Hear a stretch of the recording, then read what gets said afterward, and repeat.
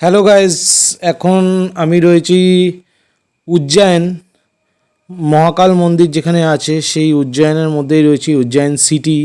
আর আমি মন্দির ঘুরে এসেছি, বাট আমি যেই জায়গাটায় রয়েছি সেই জায়গাটা হচ্ছে নিউলি কনস্ট্রাক্টেড উজ্জয়ন সিটি, যেটা মহাকাল মহালোক প্রজেক্টের আন্ডারে রয়েছে। আর বিশাল বড় এরিয়া জুড়ে এই প্রজেক্টটাকে কনস্ট্রাকশন করা হয়েছে। আমি মেন মন্দির ঘুরে এসেছি। এইটা হচ্ছে অ্যাডিশনাল অ্যাট্রাকশন, যেখানে প্রচুর টাকা খরচা করে বানানো হয়েছে।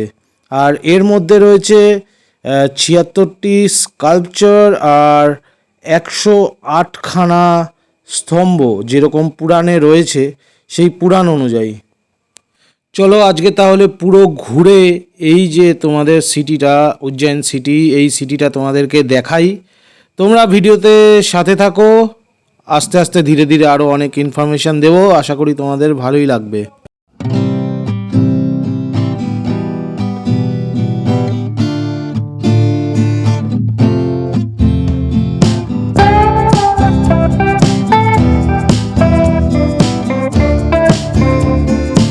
এই দেখো, এখানে একটা শিবের আমরা রূপ দেখতে পাচ্ছি, যেখানে দেখতে পাচ্ছ যে শিব কীরকমভাবে তার রূপ ধারণ করেছে।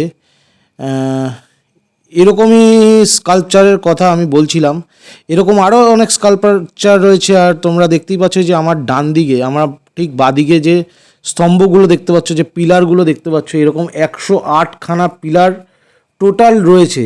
আর তার সঙ্গে মাঝে মধ্যে রয়েছে, এইখানেও একটা দেখতে পাচ্ছ যে নটরাজের মূর্তি, আর ওখানে রয়েছে তোমাদের আবাসন।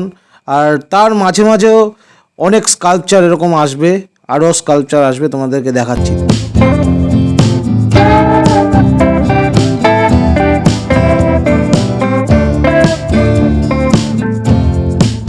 এখানে আমি আবার একটি মূর্তি দেখতে পেলাম। দেখতে পাচ্ছ মূর্তিটা কত আশ্চর্য, যেখানে আমি লক্ষ্য করলাম যে মা দুর্গার ১০টি হাত সেই রূপে রয়েছে। আবার তার সঙ্গে আরেকটা জিনিস লক্ষ্য করলাম, দেখো ১০খানা কিন্তু মস্তকও রয়েছে রাবণের মতো।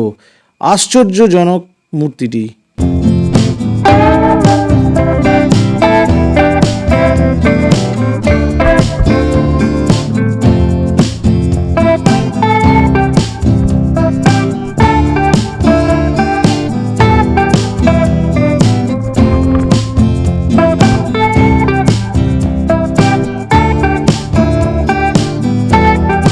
এখানে এসে আবার আমি আরেকটা জিনিস দেখতে পেলাম। দেখো শিব বাবা মহাদেব কীরকমভাবে তার বাহন গরুর ওপরে চড়ে যাচ্ছে, আর সামনে দুজন রয়েছে। আর এইভাবেই আমি আবার এগিয়ে চললাম। এরকম অনেক মিডিলে প্রচুর নতুন নতুন বিভিন্ন ধরনের মূর্তি আসছিল। আর দেখতে পাচ্ছ কতটা পরিষ্কার পরিচ্ছন্ন, জায়গাটা অসাধারণ। এটি তৈরি করতে প্রায় ৮৫৬ কোটি টাকা খরচা করা হয়েছে এই মন্দিরটির পেছনে। আর এটার সেকেন্ড ফেজ কমপ্লিট হয়েছে ২০২৫ সালে। আর দেখতে পাচ্ছ এই যে এখানে আরেকটা শিব পার্বতী, তাদের একটা জুটি অবস্থায় রয়েছে।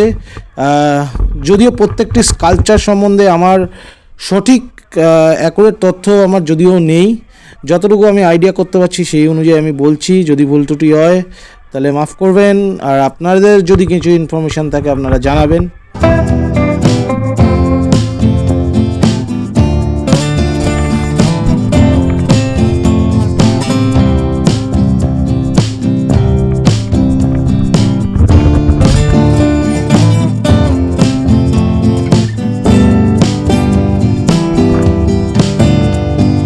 এখানে আবার দেখতে পেলাম যে মহাদেব ত্রিশূল হাতে তার আরেকটি রূপ ধারণ করেছে।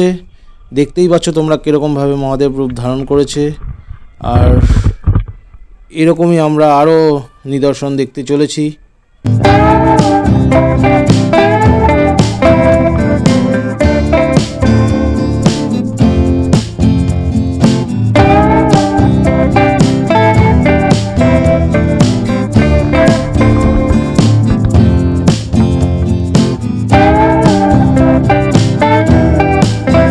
স্পেসটা এতটাই বড় আর এতটাই জায়গা জুড়ে বানানো হয়েছে সিটিটাকে, যে বলে বোঝাতে পারবো না।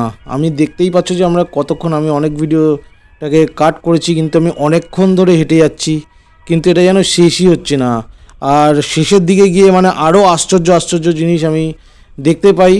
যদিও এইটা হচ্ছে প্রথম পর্ব, আর এই পার্টে আমি পুরো ভিডিওটা কমপ্লিট করতে পারলাম না।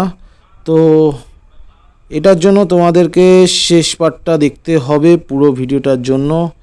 আশা করি তোমাদের প্রথম পার্টটা ভালোই লেগেছে। আর ওয়েদারটাও খুব পরিষ্কার ছিল আর মনোরম ছিল, আর জার্নিটা খুবই ভালো ছিল। আর সেকেন্ড পার্টে এখানে দেখো, এখানে আরও অনেক কিছু ঢুকতে চলেছে। তো যদি তোমরা নেক্সট পার্টের জন্য এক্সাইটেড থাকো তো আমাকে ফলো করো, আর নেক্সট পার্টে আরও অনেক কিছু আসছে। দেখো, এই পার্ট এখানেই শেষ, দেখা হচ্ছে পরের পর্বে। টাটা।